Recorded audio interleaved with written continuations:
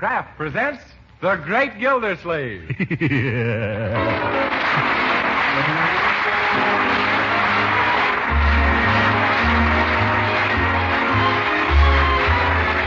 Kraft Cheese Company, who also bring you Bing Crosby every Thursday night, present each week at this time Harold Peary as The Great Gildersleeve, written by Leonard L. Levinson.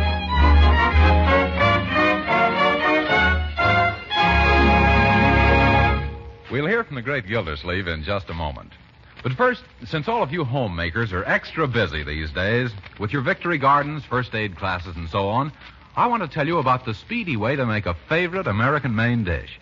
With the thrifty product called Kraft Dinner, you can make delicious macaroni and cheese in just 7 minutes cooking time. In every package of Kraft Dinner, you get a quick cooking macaroni that needs no baking at all. Also, there's some Kraft Grated that puts the cheese goodness through and through the tender macaroni. You'll find Kraft Dinner a real lifesaver these busy days, so tomorrow, get several packages of it. Meet the mealtime emergencies at your house with Kraft Dinner's grand macaroni and cheese.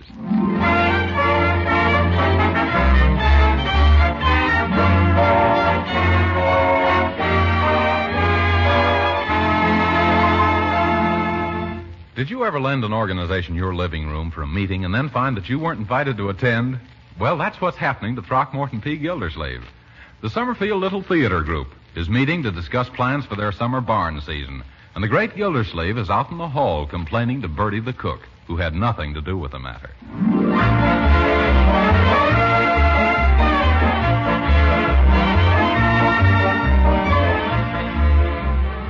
Yes. It isn't as if they were anybody important, Bertie. After all, they're just going to put on a couple of stale dramas in somebody's barn. But what's the idea of giving the plays in a barn, Mr. Gildersleeve? Bertie, did you ever smell one of their plays?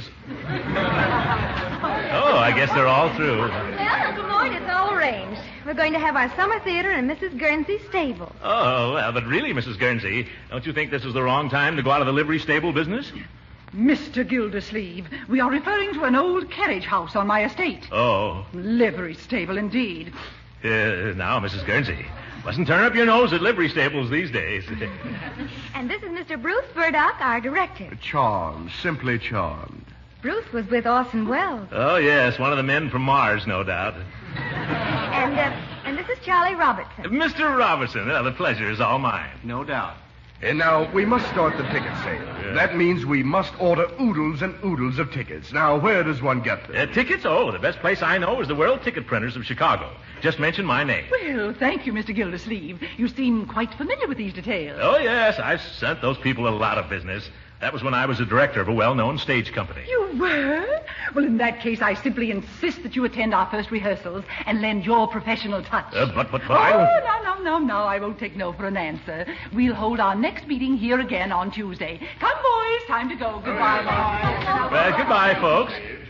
Well, I always knew I'd have a chance to monkey with the stage. My drama done told me. But, Uncle Mort, I don't understand. Were you really a director of a well-known stage company once? Why, of course, my dear. When I was out west, I was on the board of directors of one of the biggest bus lines in Arizona.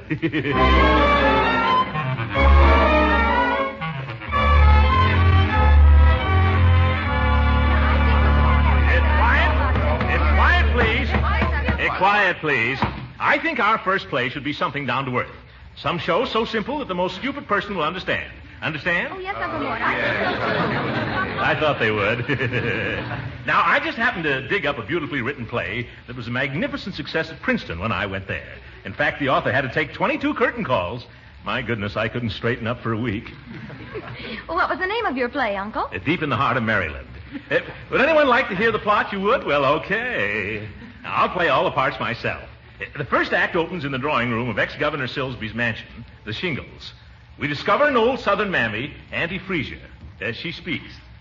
Well, here we is in the drawing room of ex-Governor Selby's mansion, the Shingles.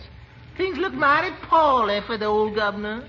She's interrupted by her husband, Uncle Rufus. The two of them do a very comical song, and then Uncle Rufus speaks. Yeah, Auntie Freesia, things do look mighty bad. And it's all on account of that no-account neighbor, Dalton Jackson, who holds the mortgage. Then Auntie Freesia says, Ain't it the truth? Sure looks like he's going to finally wind up with the Shingles.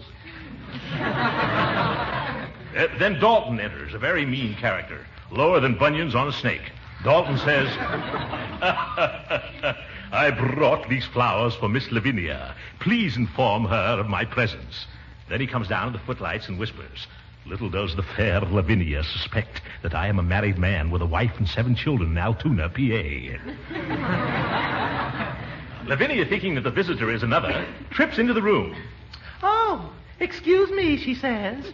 I didn't know it was you, Mr. Jackson. Ah, my proud beauty. You thought I was that young whelp Crandall Berry, eh? Oh, no, I didn't. You did. I didn't. You did. You didn't. I did. You did. Did I?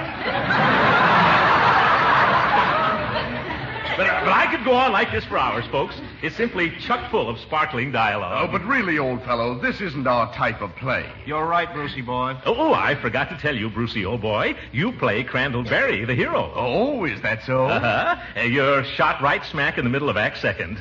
And really, you had no idea how I'm looking forward to your death scene. Yeah. You know, Charlie, on second thought, maybe it isn't such a bad choice after all.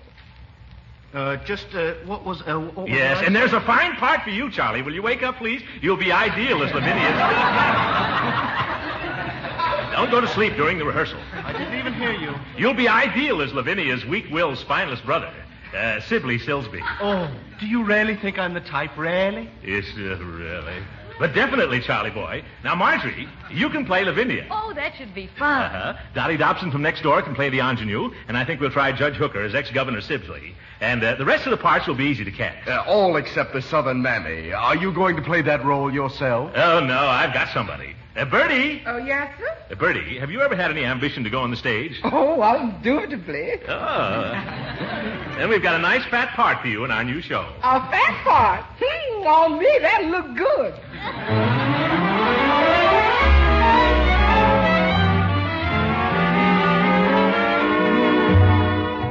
No, Judge Hooker, that's terrible. All right, Bruce, give him his cue again. Oh, all right. But, Governor Silsby, you don't understand. I do understand, but the trouble is, you don't let me get a word in, Edgewise. Judge, try to get it right, or else on opening night, Hooker will get the hook. Go on. All right. My boy, I can remember when this plantation stretched as far as your eye could. See?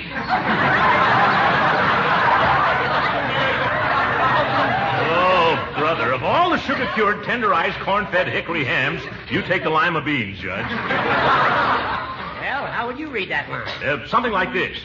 I can remember when this here plantation stretched as far as your eye could see. You see? Well, that gives me an idea. Yes, and it gives me an idea, too, Judge. What's that, Gildy? I think I'll play the part myself. But what about me? I bought tickets for all my friends already. Good. Now you'll be able to keep them. What, the tickets? No, your friends. Well, in that case, I'm going to take all of my furniture out of Act 1 and go home. I forgot to tell you, Judge. You've just been appointed stage manager. Stage manager? What are my duties? To get some decent-looking furniture for Act 1.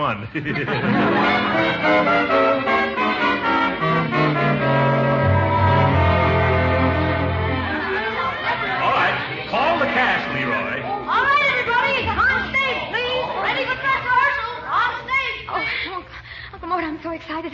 How's my makeup? Oh, fine. Only don't blink those big eyelashes so fast, my dear. It sends a draft to the theater. Where's Charlie Robertson? Where's what's-his-name, the fellow who plays the villain? Oh, you mean Mr. Updike? Haven't you heard what's happening to him? No, Mrs. Jersey. What's happening to Mr. Updike? Oh, his wife's having a baby. He had to rush her to the hospital. A baby? He can't do this to me. What does he mean, having a baby at a time like this? I tell you, I simply won't have it. But Uncle Mort, who's going to read his lines? Of course, I know him, but I'm doing the governor already. But I could do 2 parts for the dress rehearsal. However, Mr. Updike better cut out these monkey shines and be here for the opening tomorrow night. Ready, Uncle Mort? Yes. Places, please. Oh, there you are, Charlie. Yes, here I am, but I can't stay long. Why not? I've just been drafted. Oh, my goodness, I was sure the Army would skip you. Well, the only thing we'll be able to do is open tomorrow night is the box office for refund. I have a wonderful idea. Charlie played your younger brother, didn't he, Marjorie? Yes. Then why not have your younger brother take Charlie's place? I can't. I've got the candy concession out in the audience between acts. But, Leroy, you'll sell twice as much candy if the people can buy it from somebody in the cast. I know. When I was with Maxwell's comedians, I caused more broken hearts and decayed teeth than any other leading man in the tent show business. Well, jeepers, I never thought of that. Okay, I'll do it. Fine, now we're all set. Let's get started. Where's Bertie? Here I is, Mr. Gildersleeve. Where's the fellow to play Uncle Rufus? What fellow to play Uncle Rufus? Mr. Gildersleeve, you never assign that part to anyone. Great jumping jeeps. Do I have to do all the thinking around here? Do I have to do all the work myself? No, Unc, but it looks like you'll have to play all the parts yourself. You mean portray Uncle Rufus as well as Dalton Jackson the Menace and Governor Salsby the grandfather? Well, you can try, Uncle Mort. You're a big enough man to play all three. Marjorie, but how am I going to keep from bumping into myself coming in and going out? I'll be in a daze before the evening's over. Yeah, Unc, it looks like this is going to be one of your bad dazes.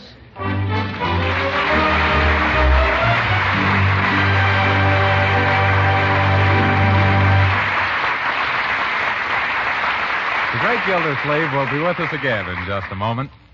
Meanwhile, let's give a thought to that chicken or roast out there in the icebox.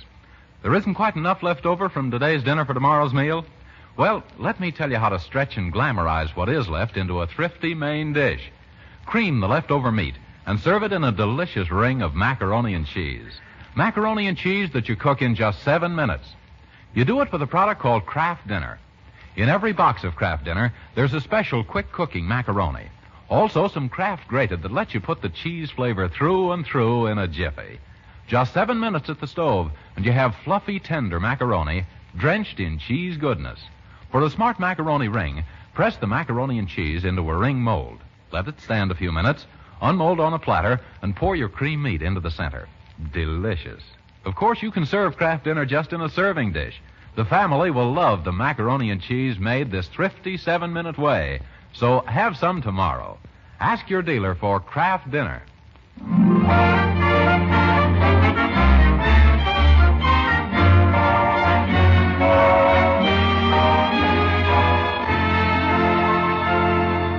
And now back to the Great Gildersleeve. It's the opening night of Deep in the Heart of Maryland, and Uncle Mort is still stuck with 3 parts. The audience is in their seats, the actors are in their places, to say nothing of a dither. The stage manager, Judge Hooker, is ready to pull up the curtain, and the overture begins.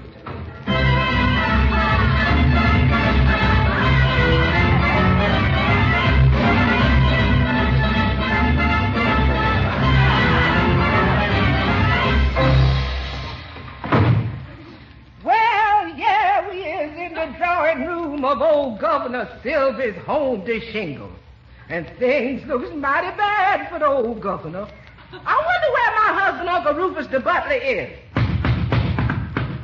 Now, who can that be? Who's down and knocking at the door outside? Well, who's you expecting? Except your joy and pride. Now, I can hear you grumbling, Mr. Rufus Brown. Just keep on knocking, Ruf, you no-good clown.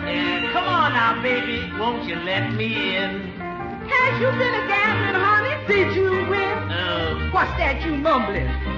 I just lost my shirt. Rufus, you's gonna get hurt. Oh, now, Sugarfoot, wait a minute now. Rufus Baptist Johnson Brown, what you gonna do when the rent comes down? What am I gonna say? How am I gonna pay? What you gonna tell them at the FHA? You know, I know that times is tough. Landlord gonna take us off of their cup? Rufus Baptist Johnson Brown, What are we gonna do when the rent comes round? Rufus Baptist Johnson Brown, what you gonna do when the rent comes round? What am I gonna say? How am I gonna pay? What you think we're gonna feel another day? Now everything's unsettled now. As I feel it's all unsettled in house. Rufus Rastus Johnson Brown. What are we gonna do when the rent comes round?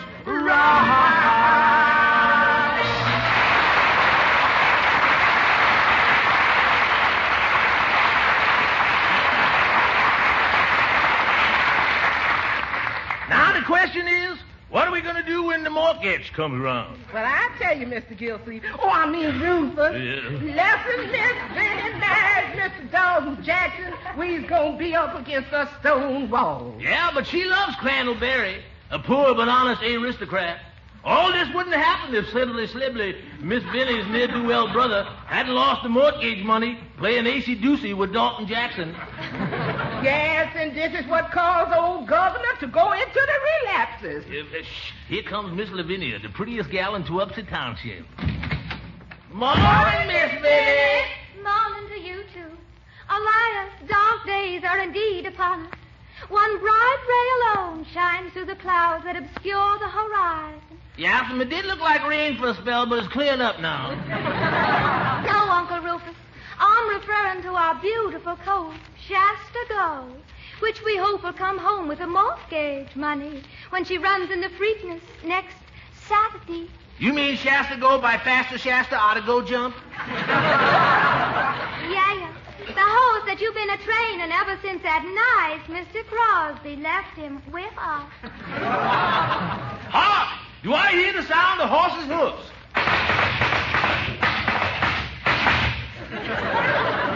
Yes, Ruth, that's Dalton Jackson come to call on Miss Vinnie. He seemed to be in a hurry. Ruth, go out and hold his horses. Yes, Missy, I'll go. Oh, Mr. Gildersleeve. Mr. Gildersleeve, hurry. You'll have to play the villain after all. But why, Mrs. Holstein? Where's Mr. Updike? Oh, he couldn't come tonight either. Last night he couldn't come because his wife was having a baby. What's it tonight? Twins. Quick, quick. Here's Dirty Dalton's coat and hat. Boy, and is it dirty. How'll I ever get this burnt cork off, Leroy? Oh, I know. Hooker, lend me a clean handkerchief, will you? Surely. Here you are, Gildy. Thanks very much. Hey, what's the idea? Quiet, Judge. There's a show going on. There you are, Mr. Gildersleeve. How soon do I go on? Not for another hour, Dottie. Oh, I'm so excited. I've been rehearsing my part for 2 weeks now, and I only hope I don't forget any of it. How many lines have you got? Oh, only one. I run out and say, "Oh, Lavinia, your grandfather, he's sinking again." Or maybe I should say, "Oh, Lavinia, your grandfather, he's sinking again." Hurry, Unc, they need you on stage. Marjorie's run out of dialogue, and she's stalling the audience. Have I got all the black off my face, Leroy? Yeah, but... give me the plug hat. Here I come, Miss Vinnie. But jeepers, Unc, you forgot to take the burnt cork off your hand. Oh, that's right. At last, Miss Vinnie. Kindly excuse my hands. I've just been greasing my horse. To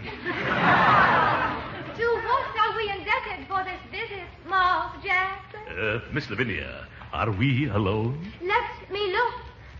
I feel a vague apprehension that the reddish glint in his eye bodes no good for me. Yes, we are alone, Master Jackson. Good. At last, me sinister plans will bear fruit. I've been waiting for this moment. Now I have you in my clutches. No, unhand me. Bring those foul fingers from that fair form, you cur! Ah, 'tis Crandallberry, the poor but honest young aristocrat. He whom I love. Curses foiled again. Begone, blackguard, and remember, he who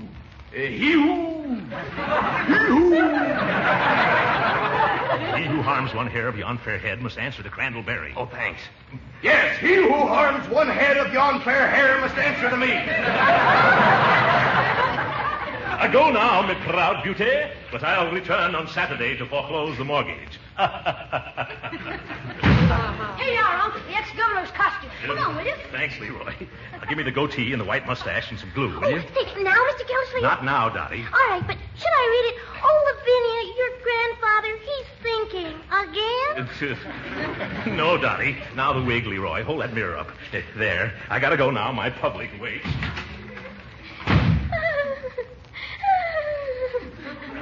Why, Vinnie, you're crying. I just can't help it, Grandpapa. I'm so unhappy. Well, you come and sit down beside your grandpappy, and he'll all tell you a story to cheer you up. Yes, Grandpapa. This story took place when I was a young'un. That was when the plantation stretched as far as your eye could. See?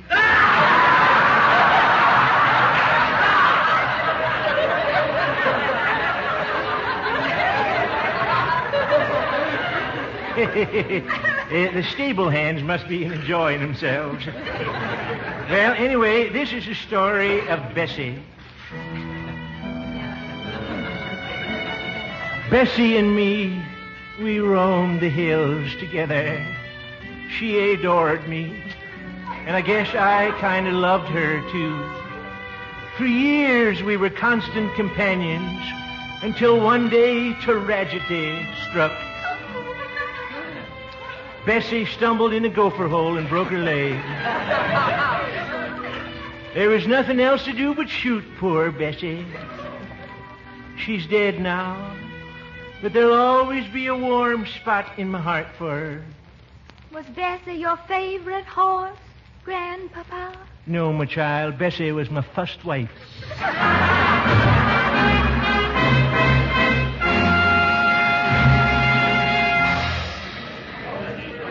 Oh, now tell me, Mr. Whalen, how do you like the play? Quite amusing. Some of the actors are excellent. I like the old man, Governor Silsby, and also the Uncle Rufus character. They're both fine actors. But that guy who's playing the villain, he's terrible.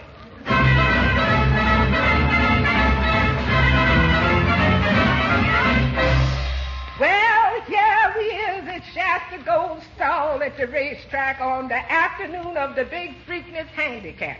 And if that Shasta Gold don't go today, we's gone tomorrow, that's all. Oh, Uncle Ruth, great news. Crandallberry, my betrothed, has offered to ride our horse in the big race. But, Miss Vinnie, has Mr. Crandall ever been a jockey before? No. But Shasta Gold has never been ridden before, so they're both starting off even. Get him saddled. Yeah, okay, I'll do it. Quick, Hooker. Hooker, help me get this makeup off, will you? Oh, Mr. Gildersleeve, now? No, Dottie, not now. Well, now, supposing I say, Lavinia, your grandfather is thinking again. No, Dottie, not now. Come on, Gildy. Crandall is waiting for you on stage. Okay, give me the blank pistol, quick. Here you are. No, Uncle, wait. I haven't got time to wait, Leroy. Jeepers, that wasn't a blank pistol. That was my 22. Aha, Berry. So we meet again. Yes, and to your sorrow, Dalton Jackson, for today I am riding Shasta Go in the Preakness. What? Yes, and you cringe at the thought of me winning not only the race, but also the fair Lavinia and her old homestead from your vile clutches. Ha, ha, ha, ha, ha, ha. Little does he know that I have a revolver in me pocket. And ere I let him thwart me evil plans, I'll wait till his back is turned and send a bullet through his manly bosom. Ah, now's my chance. Take that, Crandallberry. Oh, I am shot. Oh, my goodness, I am shot. Yeah, nice acting there. Quick, get a doctor. Oh! Now my horse will win the Preakness, and I will win the divine Lavinia. Help! Is there a doctor in the house? What is this? Oh, my beloved, you are wounded. You're darn right I'm wounded. Oh, no, please don't turn me over on my back.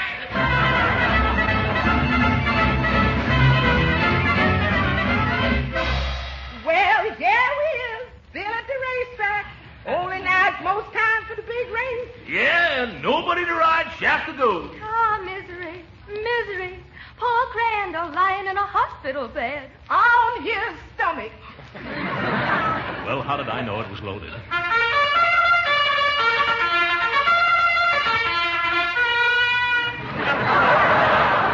I go into the post. Every horse but Shasta Gold. Oh, woe is me, and all is lost. Stop! I will ride Shasta Gold. Sibley, my ne'er-to-well, a brother. Yes, I who have brought naught but shame and sorrow to my dear sister and my poor ailing grandfather. I will ride Shasta Go to victory. Oh, for corn's sake. Come, there isn't a moment to lose. Quick, Sibley, mount Shasta. Very well. Hasten, Sibley, dear. And remember, if you do not win the Preakness, just keep traveling, brother. Don't worry. I shall win. Come, Shasta, go. Let us hasten to the rail for the start. Yes, sir. You coming, Ruth? No, I'm going to stand on this here box from which I can see the whole race. For I do dearly love to call the progress of the Preakness aloud. Oh, Mr. Gildersleeve, now? No, Dottie, not now.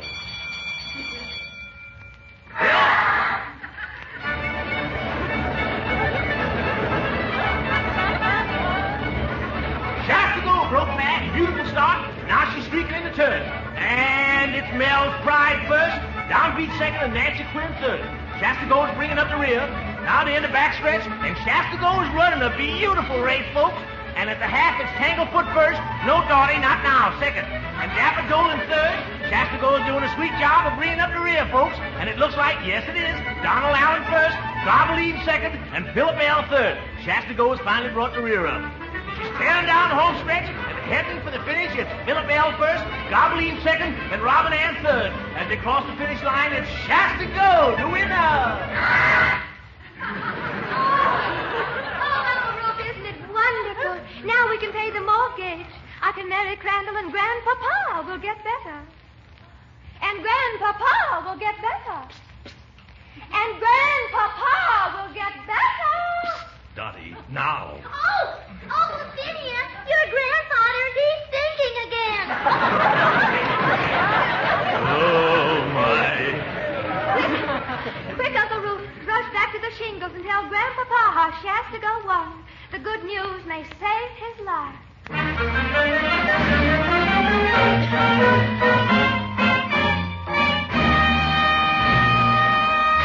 Oh, thank goodness.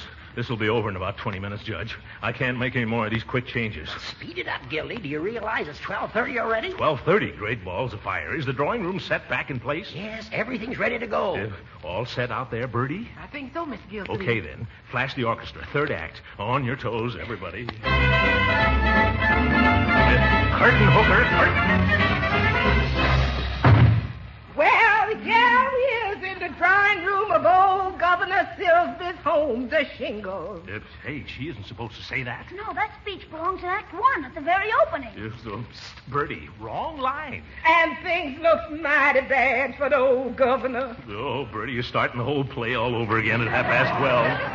I wonder where my husband, Uncle Rufus the butler, is. Oh, pet her off. Somebody would be here till 4 o'clock in the morning. I wonder where my husband, Uncle Rufus the butler, is.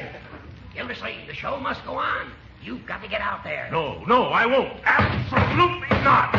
Now, who could that be? Who's that a-knocking at the door outside? No, I give in. Who you expect except your joy and pride? Here we go again.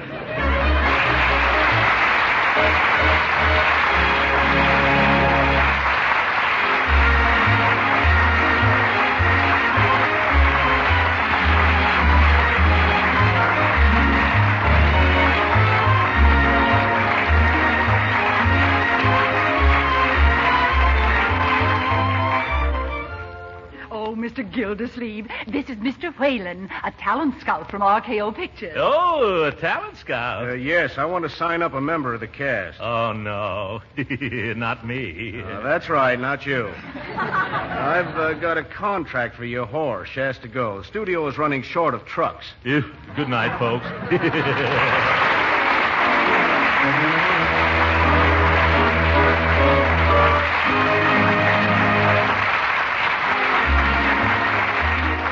Original music heard on this program was composed and conducted by William Randolph. This is Jim Bannon speaking for the Kraft Cheese Company and inviting you to tune in again next week at this same time for the further adventures of the Great Gildersleeve. We Americans are mighty lucky. We have the right foods in abundance, the good, nourishing foods that help make us strong. And here in America, the right foods need not be expensive. Take Parquet margarine, for example. The delicious spread for bread made by Kraft. Parquet margarine is one of the right foods that help make America strong. Yet Parquet is so downright economical, you'll feel free to use all you need. You see, Parquet margarine is a highly nutritious food, one of the best energy foods you can serve, and every pound contains 9,000 units of important vitamin A. What's more, Parquet is the margarine that tastes so deliciously good as a spread and used in cooking, too. So note it down. Order delicious, economical Parquet margarine tomorrow. Just ask for Parquet, P-A-R-K-A-Y. Parquet margarine made by Kraft. This program has reached you from Hollywood. This is the National Broadcasting Company.